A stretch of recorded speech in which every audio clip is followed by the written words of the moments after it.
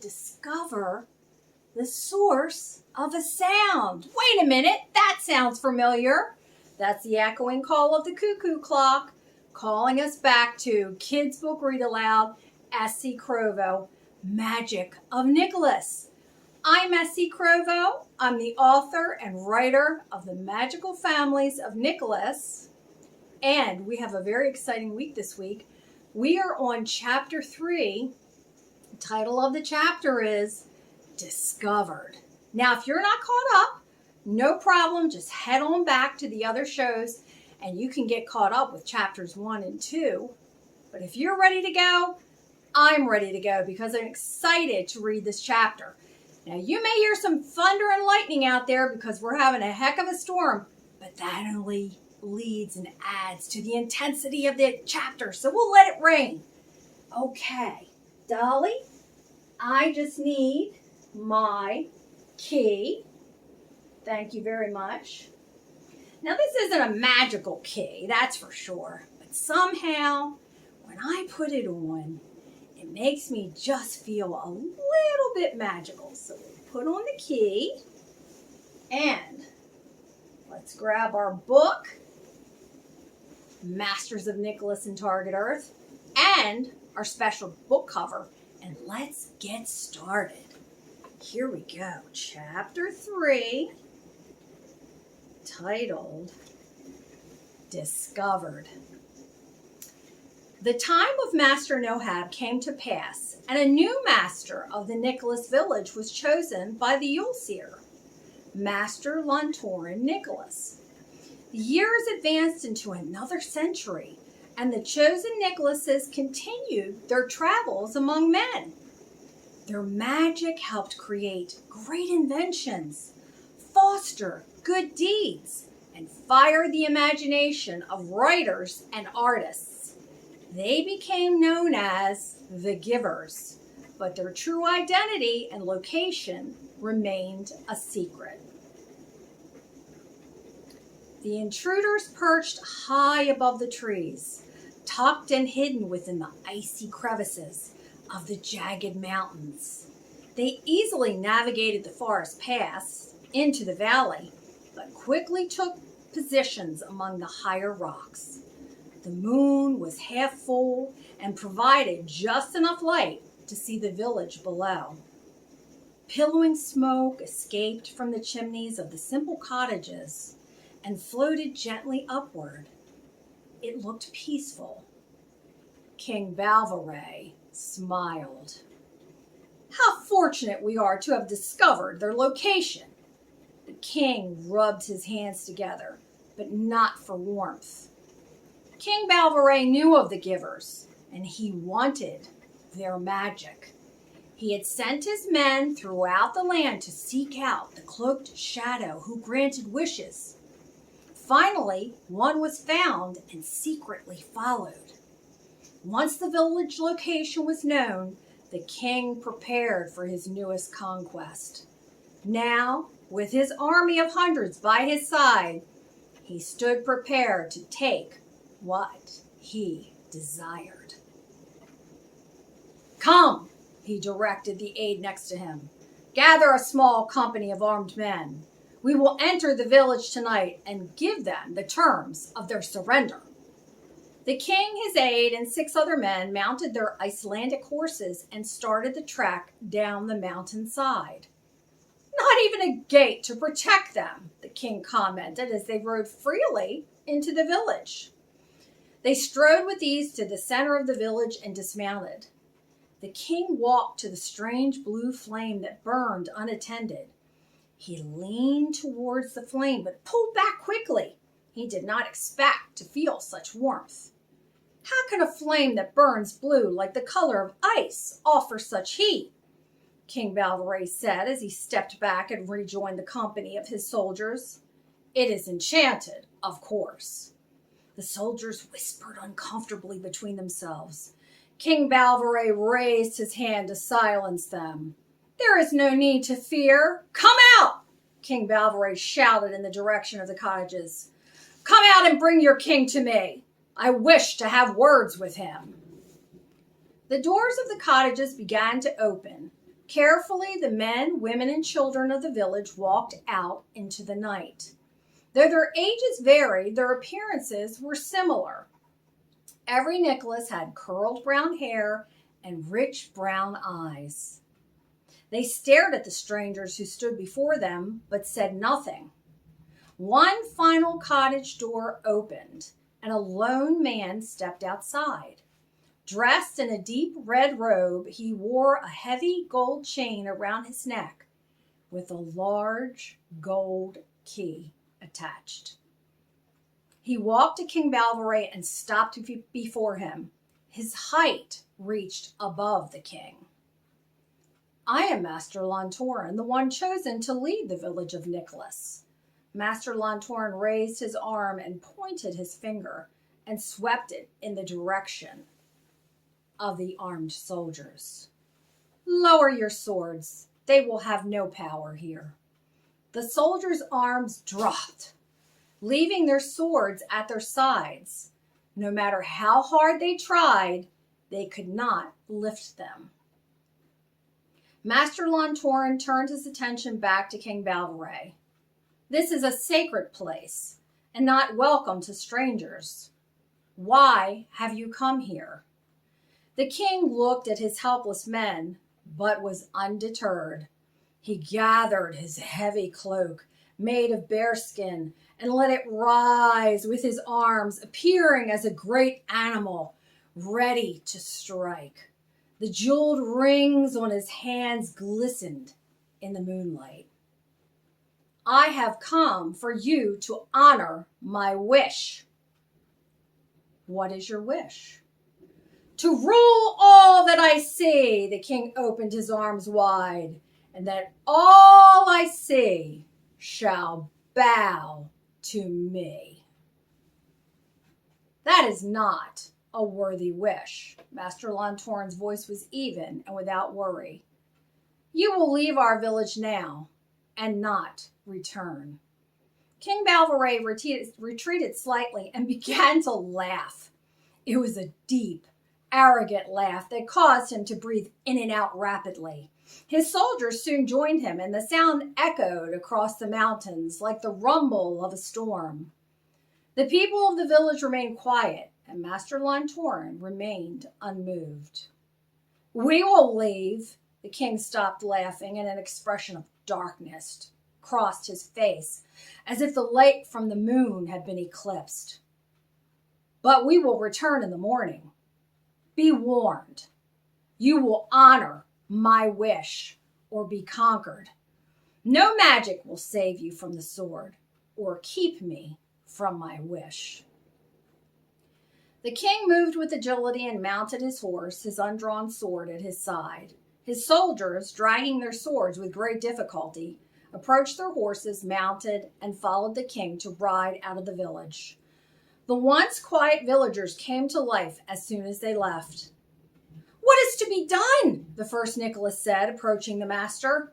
"We must protect the children," another Nicholas said, drawing her two young children closer. Master Lantorin seemed frozen. He continued to stare in the direction of the retreated king and his soldiers. "The time has come, as I knew it would." "What time?" a Nicholas child asked, slipping his hand into the hand of the master's. Master Lantorin looked down at the young child and smiled. "The time of the giver ends tonight." A chorus of concerned voices rose as the master's words left his lips. He kept the child's hand firmly in his. "The village of Nicholas will be closed. No one will be allowed in and no one will leave.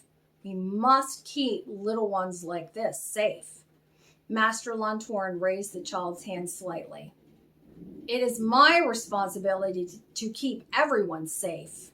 Now, please make sure to check everyone in our village is accounted for. I will consult the Yule Seer and begin preparing for what must be done." The villagers scattered and a count was quickly made. A small group rushed to the master's side in a panic, for they already knew who was missing. You cannot close the village, Timo burst out as leader of his family. Our grandson, Lyra grabbed the master's sleeve desperately, has not yet returned from his journey as giver. We must wait. I cannot wait. Master Lantorn rubbed his beard with concern after hearing the news. He stopped, firmly took hold of Timo's shoulder, and held Lyra's hand. A way will be found to bring your grandson home, but for now, the safety of everyone in the village must be my priority. Timo and Lyra continued to protest, but Master Lantorn could not be moved from his original decision. Everyone, gather to me! Master Lantorn rapidly moved his arms in every direction. Soon he was circled by all of the Nicholases in the village. Every family must return to their cottage and secure all doors and windows, he shouted his directions. A great storm will be coming tonight. Do not leave until the morning sun shines and the winds have quieted. The Nicholases gathered their families, including the disheartened Timo and Lyra, rushed into their cottages and secured the doors and windows as instructed. Master Lantorn, satisfied that all of his people were safe and secure, walked to the blue flame. He picked up a few stones the size of small pebbles from the outer circle of the blue flame. Placing some of the stones in each hand, he raised his arms upward toward the great flame and began his incantation. Flame of Nicholas, flame of old, protect us from the cold. Take our enemies to where they came and close our village with the power of flame. Master Lantorn cast the pebbles into the blue flame, turned, and walked toward his cottage. He entered his cottage and securely shut the door behind him. It was just in time. Fueled by the master's actions, the flame grew and rushed skyward. His door began to rattle and shake against the winds that rose up and blew like the exhale of a mighty breath. That night, a great winter storm pounded the village of Nicholas and ravaged the mountains that surrounded it. Ice and snow fell in torrents, and the temperatures dropped below recording. The pines twisted, thrashing wildly in the swirling wind, but did not break. Few, except for the children, slept as bursts of air rushed down the chimney, spreading a dusting of blue ash across the shoes that rested by the fire. Finally, the winds quieted and morning came. The sun began to shine, and the weary Nicholases walked outside to find their valley home changed. The once craggy mountains were now tall, sheer, and invincible. The forest pass into the valley was sealed. They were relieved to find the village empty of the king and his soldiers. King Balvore and his soldiers were returned to their home on the wings of the wind during the storm. They retained no memory of the event. The king woke the next morning safe in his own bed, but tired from a terrible dream. King Balvore rose, walked to the windows, flung them open, and inhaled deeply. A smile crossed his face as he stared contently at the kingdom below. He did receive a gift from Master Lantorn, for he no longer desired power and was to become a much loved and respected king. From that stormy night forward, the village of Nicholas disappeared from sight. The visits of the givers, it was thought, had ended. But still, there was one Nicholas who had not made the return journey home. He was left somewhere, wandering in the world, lost and alone. That's the end of the chapter. Can you believe it? The Nicholas village is in lockdown. We can relate to that, can't we? And even worse, there's a lost Nicholas somewhere out there in the world. What can be done? We'll have to find out next week when we read Chapter 4 on Kids Book Read Aloud, S.C. Crovo, Magic of Nicholas. And Chapter 4 is titled Lost and Found. And it begins like this. Here's our cuckoo. He's so excited about next week's chapter that he wants to sing again. Let him go ahead and sing. He's happy. Chapter 4, Lost and Found. The Nicholas had delivered his one gift and was a few days away from the Nicholas village. He was returning by foot rather than through a door. The final morning dawned, but as he mounted his horse, cloudiness blocked his once clear thoughts. Shaking his head, he gently squeezed the sides of his horse. The horse moved forward, but the Nicholas pulled the reins to stop it again. He looked straight ahead, then to his left, and then to his right. Something was wrong, for he did not know which direction to take. Chapter 4, Lost and Found, next week.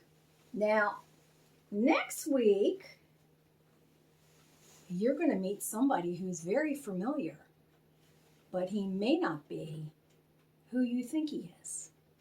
That'll give you something to think about. Now, if you've enjoyed the show, I hope you have, please leave me 2 thumbs up below.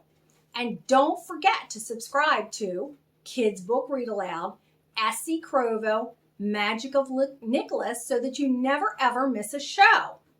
And don't forget to visit my website, scrovo.com, and sign up for Magical Nicholas Short Story Club and more.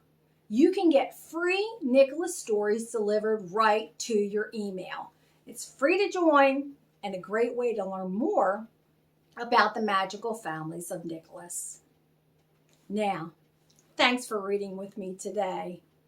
And until next time, when you hear the echoing call of the cuckoo, make a wish and have a magical week. Bye for now.